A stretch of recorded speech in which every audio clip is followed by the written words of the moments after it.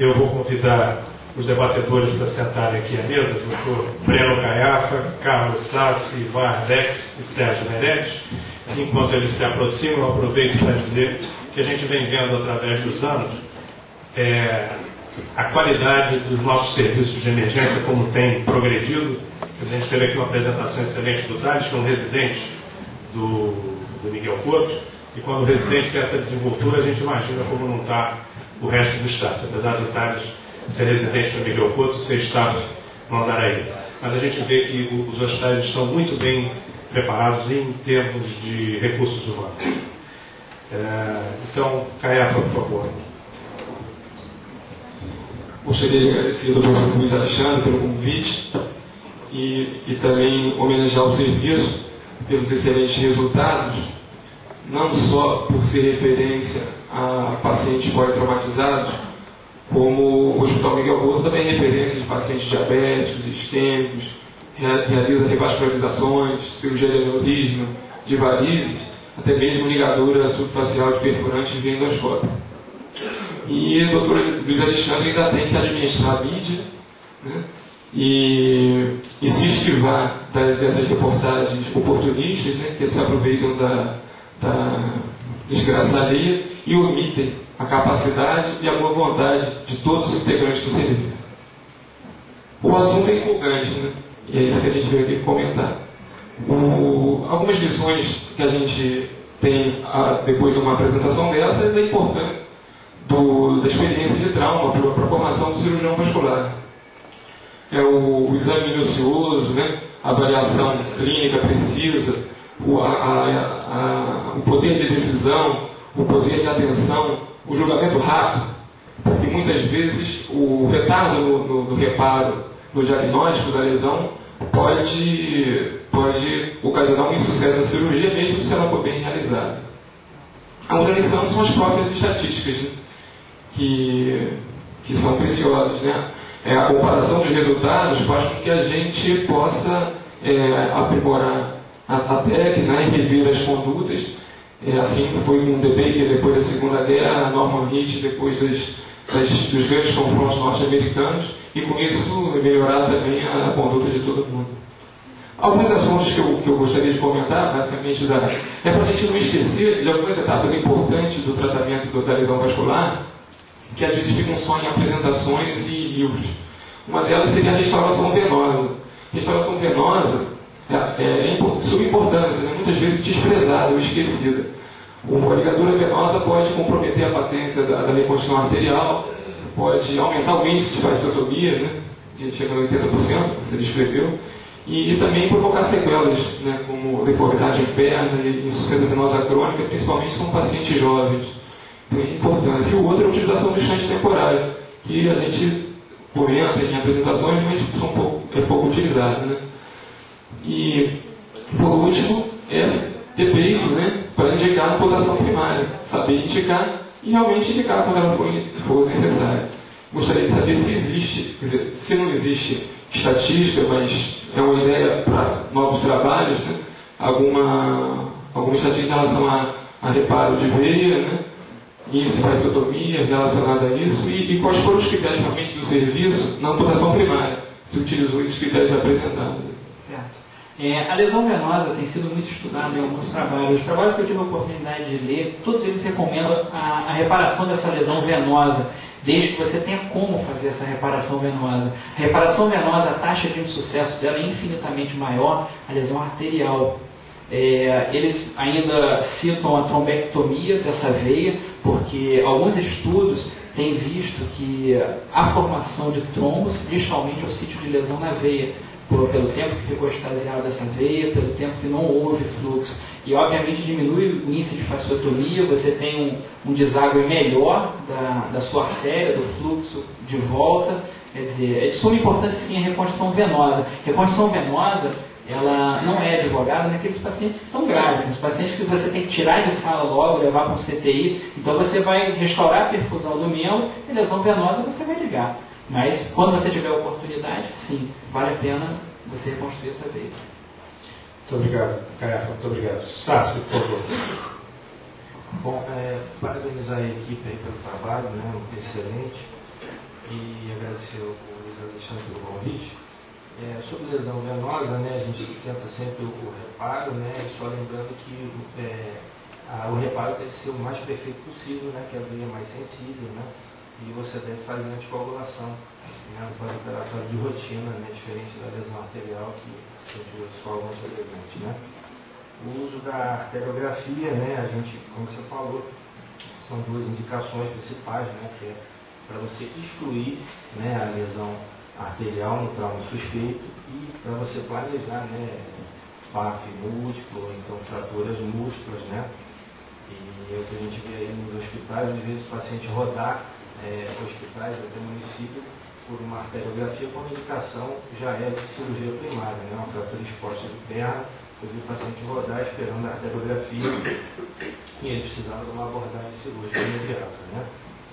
E também lembrando, né, a gente usa muito a arteriografia em membro superior largamente, porque são artérias de calibres menores, né, então você tem problema de vasoespasmo, né, o PAF um trauma penetrante em membro superior, eu acho que a indicação da arteriografia deve ser usada largamente.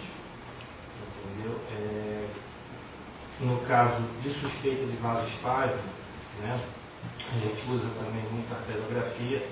Eu recentemente operei uma criança lá no Hospital Público em Niterói, né, um recém-nato que teve um tocotraumatismo, um parto pélvico difícil, ele nasceu com equimose de região inguinal e uma clínica de oclusão arterial aguda no membro. Eu fiz uma abordagem femoral e uma arteriografia e a gente identificou vários espasmos e uma injeção, né, de uma solução de farina com vasodilatador. O neném teve uma melhora, mas depois acabou morrendo com uma complicação pulmonar. Esse é um caso de vasoespasmo, né, que é muito importante no trauma em criança, né, a gente observa muito. E acho que é basicamente isso daí. Obrigado, Sassi. Vou convidar o Ivan Arbex e vou explorar um pouco a nova experiência do Ivan como chefe de serviço, para aproveitar, além dos seus comentários, fazer algum comentário sobre o que está acontecendo no momento dessa reunião junto à Secretaria de Saúde dos chefes de serviço, tentando estabelecer um plano municipal de atendimento das emergências, que você falasse algo sobre isso também.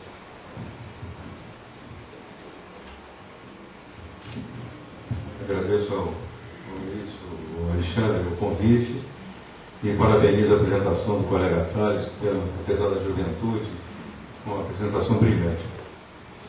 É evidente que ele é o porta-voz das condutas do serviço, que é chefiado pelo Alexandre. E a maioria das coisas que ele falou, evidentemente, a gente concorda, a arteriografia é feita em casos eventuais, o ecodoppler deve ser bastante estimulado, né, até pela facilidade, quando tem no hospital. Mas eu queria chamar a atenção, nós apresentamos aqui uns 2 anos atrás uns casos de revascularização tardia, que às vezes vale a pena tentar você revascularizar um membro por mais de 48 horas. Nós fizemos esse trabalho aqui e conseguimos um salvamento de 70% de membros, com todos esses pacientes com mais de 48 horas de isquemia. Vinham de fora, não foi detectada a lesão e tal, e nós tentamos, e claro, perdeu-se antipé, paurodátil e tal, mas às vezes deve ser pé caído, lesão nervosa, motora, mas deve-se tentar. Evidentemente que uma avaliação de uma pessoa experiente é bastante importante, mas não esquecer que não é porque está mais de 6 horas ou 8 horas, já é digna de uma amputação merecedora. Eu acho que tem que se tentar, e nós provamos isso com o trabalho. Outra coisa também é chamar a atenção para as lesões silenciosas, principalmente subclave hipoplítea, que no primeiro momento chega com pulso, a pessoa põe na maca, põe no canto, depois eu vou observar, aí acaba esquecendo que está cheio de doente para ver, e no dia seguinte ele está com oclusão, que pode ser uma coisa muito grave. Então, as lesões silenciosas devem ser lembradas nesse caso, principalmente de arma branca. A colocação do shunt temporário também a gente tem estimulado bastante, os resultados são sempre melhores do que a não colocação. Eu lembro, há uns 3 meses atrás, uma criança de 2 anos atropelada, chegou no Salgado Filho, e tinha arrancamento de pé, de glúteo, lesões associadas graves, lesão de fratura de fêmur, e nós não tínhamos uma equipe, não tem na rede, né? Aliás, eu vou comentar isso, uma equipe de reimplante, nós apenas detectamos, isolamos os cabos, pusemos um tubo de polietileno, limpamos, fizemos o melhor possível junto com a ortopedia e tudo, e mandamos uma equipe na São Vicente, na Tijuca, e a criança teve uma evolução fantástica, só com esse trabalho rápido da equipe da emergência. A fasciotomia também a gente estimula bastante, e lembrando também, concordo com os colegas da mesa, que deve-se sempre correr atrás do reparo venoso. O assunto foi esgotado aí, uma coisa que eu observei também é o aumento de traumas membros superiores em relação aos membros inferiores. Nós temos também observado isso nos últimos 2 anos, e se falou muito ali em membros superiores. E mesmo nos números colocados ali, a gente vem observando isso. Eu não sei porque, se os projetos ou as lesões de membros inferiores estão ficando muito graves, os pacientes já chegam e não há como tratá-los, ou então os tiros estão acertando mais os braços e antebraços, porque realmente a gente tem aumentado mesmo a intervenção em artéria braquial, aí está interessante, coisas que a gente não se via há uns 10 anos atrás. Bom, comentar o que o Paulo me pediu, a sociedade tem se empenhado bravamente nas reuniões da Câmara Técnica, discutindo vários aspectos de maneira bastante até contundente, às vezes até apelando para o Ministério Público e outros órgãos para que a coisa seja feita. Um já foi logicamente debatido, que é o problema do pé diabético, de onde a coisa evoluiu, e a gente tem 2 centros já, um de hemodinâmica com o referência de pé diabético na Lagoa, e agora também sendo implantado no Andaraí. E uma coisa que chama atenção na rede, a gente já levantou essa discussão já há algum tempo na Câmara Técnica, é que se fizesse polos de emergência no Rio de Janeiro. Isso é, qualquer trauma detectado dentro do Grande Rio, no município do Rio, deveria ser encaminhado rapidamente a 2 ou 3 polos que seriam designados e equipados pela Secretaria Municipal. Evidentemente que esses hospitais escolhidos seriam os que têm mais tradição e mais tarimba, que seria o Miguel Couto, Souza Guiar e o Salgado Filho. Possivelmente mais algum hospital na periferia, poderia ser um hospital estadual, também com uma equipe completa, para absorver também aquela caravana que chega da Zona Oeste e da Baixada Fluminense. Esse é um assunto que vem sendo debatido exaustivamente, já tem equipes, comissões formadas para começar a preparar tópicos para serem debatidos, analisados e implantados, como custou na Lagoa para poder ser implantada, mas saiu. Isso aí também pode custar um pouco, mas acaba saindo, porque a demanda é grande e a gritaria também é muito grande. E uma coisa também que falta na rede, a gente já alertou para isso, através da Câmara Técnica, é a falta de uma equipe de reimplante na rede. Não existe na rede, nem federal, nem estadual. Então, hoje, com os acidentes bastante graves, o índice de perda de pacientes, de membros de pacientes jovens é muito grande. O fato de você ter um neurocirurgião, um vascular e um ortopedista na equipe não significa que você vai reimplantar um membro. Evidentemente, é uma técnica absolutamente diferente, com equipamento diferente. E já tem um encaminhamento dado para isso, onde ficaria uma equipe permanentemente de plantão, numa unidade equipada, e todo e qualquer caso que houvesse no município do Rio de Janeiro seria encaminhado rapidamente para esse setor. E já foi aceito pela Câmara Técnica, pela Superintendência, evidentemente que agora temos que formatar isso. Esqueci alguma coisa, Paulo? Creio que não. Muito obrigado. É interessante, quer dizer, o Ivan mostrou um caso real, né, de um atendimento primário, e esse paciente transferido à rede particular, tendo o seu membro reimplantado. A gente não reimplanta e fica com a impressão de que não precisa, né? Não existe a demanda. O que acontece é que os dedinhos das mãos vão sendo jogados fora. Não tem quem faça isso, joga fora. À medida que haja um serviço voltado para essa atividade, não vai faltar cirurgia para esse serviço, né? Sérgio Meirelles. Bem, queria agradecer o convite do meu amigo Luiz Alessandro Gessinger para estar aqui debatendo esse tema. Queria cumprimentar os colegas da SEX, nós estamos assistindo ao vivo e a cores no Rio de Janeiro, em especial o pessoal de Volta Redonda, nossos amigos, o aniversariante de João Roberto, grande amigo. E queria dizer o seguinte, que a gente quando vê uma apresentação, como o Paulo Márcio falou, do residente de um serviço, apresentando também um trabalho, a gente fica contente de ver da importância das reuniões científicas para que a nossa especialidade realmente cresça. Eu acho que a apresentação de um trabalho é sempre um momento importante de um jovem residente em que ele tem que se inteirar naquele assunto, enfrentar a timidez, né, e o medo de errar e fazer uma apresentação. Eu também lembro que minha primeira apresentação, que foi em 84, era residente, eu lembro isso mais para homenagear o meu querido Baldoana Santos, que me obrigou a fazer essa apresentação, me obrigou a fotografar o caso, me obrigou a documentá-lo, e desde então eu aprendi a documentar meus casos, e eu acho que isso foi uma lição muito boa, e também a preocupação de apresentar. Ele chegava a lembrar que se você não documentou, não precisa nem falar do caso, nem fala que você fez, porque não vale. Então acho que acho que essa é a principal, a primeira grande mensagem aqui da apresentação do Breno, a foto do Thales Schupp, da apresentação que ele fez aqui em termos de trazabilidade e exposição.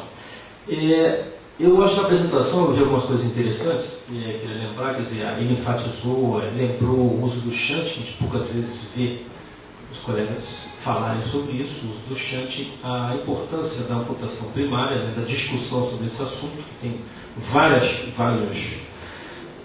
algoritmos, né, analisando quando amputar primariamente doente, um assunto super polêmico, ainda mais hoje em dia que a gente vê o paciente chegando no hospital com o membro completamente despedaçado pelas armas mais violentas.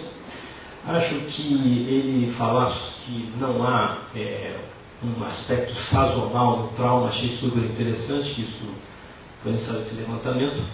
No entanto, eu acho que algumas coisas eu queria falar, lembrar, que eu acho que uma coisa que eu tenho observado em todas as reuniões científicas é o fato dos colegas se preocuparem em dar aulas. Eu vejo aqui, o próprio Thales deu uma aula de vários assuntos. Eu acho que não é bem o objetivo da apresentação aqui na nossa reunião. Eu acho que a gente quer mais ver a experiência do serviço, a gente quer saber o que o colega tem de novo para falar, como é que o serviço está se expondo. Eu acho que o tempo gasto na aula do tema não é bem o que a gente quer falar e desgasta um pouco a própria apresentação. O segundo ponto, eu achei um pouquinho confusa a distribuição dos assuntos, porque eu acho que a mistura, lógico, o tema era trauma de extremidade, se falaria do superior e do inferior. No entanto, não houve assim, embora em alguns slides ele separasse, não houve bem uma mensagem do como é que é a experiência do serviço no trauma de membro superior e de membro inferior. Acho que isso podia ser melhor trabalhado, porque o serviço tem qualidade, o serviço tem material. Acho que dá para fazer trabalhos lindos sobre esse tema no Miguel Couto, tem um chefe competente, quer dizer, eu acho que não falta munição para fazer um belo trabalho.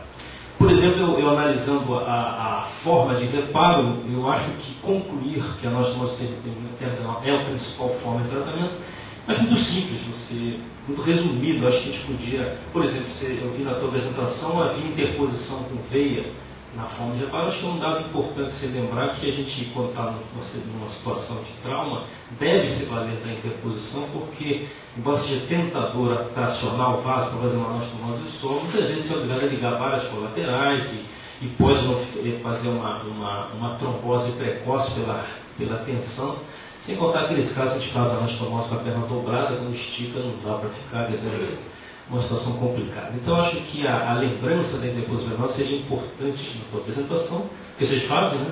E eu acho que isso é uma mensagem para o pessoal jovem saber que deve se enfatizar, deve ter esse recurso em mão de você usar a interposição venosa. E, então, eu acho que, em termos de comentários, seria isso. Acho que a gente tem muito assunto para falar. Acho que esse tema, trauma de extremidade, dá para fazer uma sessão de um dia inteiro. Acho que realmente é difícil resumir, concordo, seria muito complicado. Esse é sempre um desafio. Então, eu lhe parabenizo pela iniciativa, pela apresentação, e agradeço mais a chance de estar aqui debatendo. Muito obrigado. E queremos abrir a plateia, se alguém quer fazer algum comentário, alguma pergunta ao Thales. Não havendo.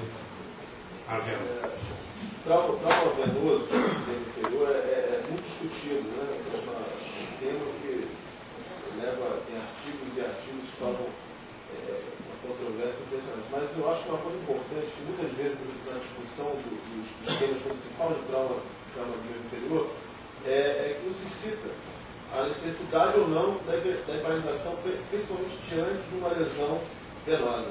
nem todo doente ele se encontra em damage, né, na necessidade de damage.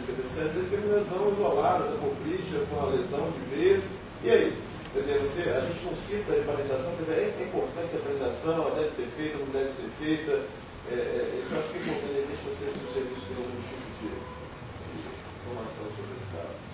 Experiência pessoal não tem. Eu gosto de falar, a maioria dos artigos que eu li, eles valorizam muito esse reparo venoso e a heparinização plena desses pacientes, a fim de você manter a patência dessa veia, desde que não haja contraindicação de heparinização. Alexandre, tem alguma coisa? De rotina, nós não heparinizamos o doente, porque normalmente esse doente tem uma lesão muito grave e acaba tendo que ser façotomizado. Então, nas primeiras 12, 24 horas, a gente não é heparinizado, se possível, é feito destran, porque o risco de sangramento é muito grande. E a gente acredita que a heparina também não seria suficiente para garantir essa anastomose venosa. Então, de rotina, como conduta, nós não heparinizamos nas primeiras 12 horas, e após isso, se o doente estiver estável, nós heparinizamos esse doente por 7 dias. Muito obrigado. Não, queria acender essa fogueira da restauração venosa, eu pergunto por que da dúvida. Eu acho que tem que restaurar sempre. Nós trabalhamos no serviço, eu acho que foi até um pouco antes do Edson, de lembrar, que a gente sempre restaurava a venosa. A poplítea, que é femoral, e sempre começava com facotomia. A nossa conduta também. A facotomia é feita antes do reparo vascular, você vai ficar esperando aquele tempo do reparo para fazer a facotomia, porque o músculo já está lesado, o nervo também. E a veia sempre deve ser reparada. Não sei em caso de doente, como o Thales falou, o doente está muito grave, aquilo vai prolongar demais a cirurgia e não é feito. Mas de rotina deve ser feito o reparo. Uma outra coisa que eu observei é que tinha um shunt venoso, um shunt arterial, uma lesão ortopédica, e foi restaurado o vaso antes da lesão ortopédica? Aquele shunt temporário praticamente foi colocado em conjunto. A equipe de ortopedia, a sequência foi a seguinte: nós entramos primeiro no doente por causa do sangramento e da isquemia, a equipe ortopédica estava com a gente, nós colocamos o shunt temporário, fomos a perna tirar a safena reversa. Enquanto nós retirávamos essa safena contralateral, a equipe da ortopedia entrou, fez uma fixação temporária, nós restabelecemos a perfusão de forma definitiva e a equipe ortopédica entrou e fez o tratamento definitivo. A seguir, a equipe da plástica fez a cobertura. Exatamente o inverso que nós fazíamos. Nós esperávamos, focávamos juntos, a ortopedia tratava do doente, aí não havia mais problemas de perder a simetria do osso e restaurar a conectividade. Deixávamos juntos justamente para proteger o membro. Mas, olha, parabéns, eu tenho tudo. Ney?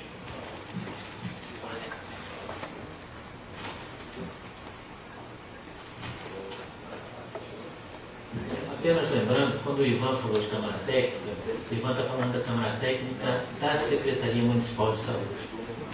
Esse assunto não está sendo levado à Câmara Técnica do CREMERG. Mas, por outro lado, na segunda-feira passada, fez ontem uma semana, a reunião de diretoria da Regional do Rio criou uma comissão para avaliar e sugerir criação de polos de atendimento na rede pública de todo o estado do Rio de Janeiro. Para minha surpresa, Paulo, o Getúlio Vargas tem 12 cirurgiões vasculares. 12. E faz só arterial, não faz venoso. Obrigado. Então nós vamos... É que a gente, incrivelmente, me telefonaram por Volta Redonda e disse para fazer um comentário com o nosso amigo Luiz Carlos Gonçalves, um colega que todos conhecem. Ele queria lembrar que ele não acha nenhum absurdo a gente cogitar retirar uma veia, quando você tem uma lesão arterial, usar a veia do próprio membro lesado, se não há uma lesão venosa grave, uma lesão venosa clara. Ele não acha nenhum absurdo pela facilidade da remoção da veia, você usar uma veia do próprio membro, no caso membro superior, para interpor na artéria lesada. Esse foi o comentário do Richard. Nós ainda vamos evoluir nessa questão dos comentários dos colegas que estão à distância, estabelecendo um canal melhor de comunicação entre Rio e as seccionais que estão nos recebendo. Bom, vamos encerrar essa primeira apresentação. Eu parabenizo a todos, agradeço aos debatedores.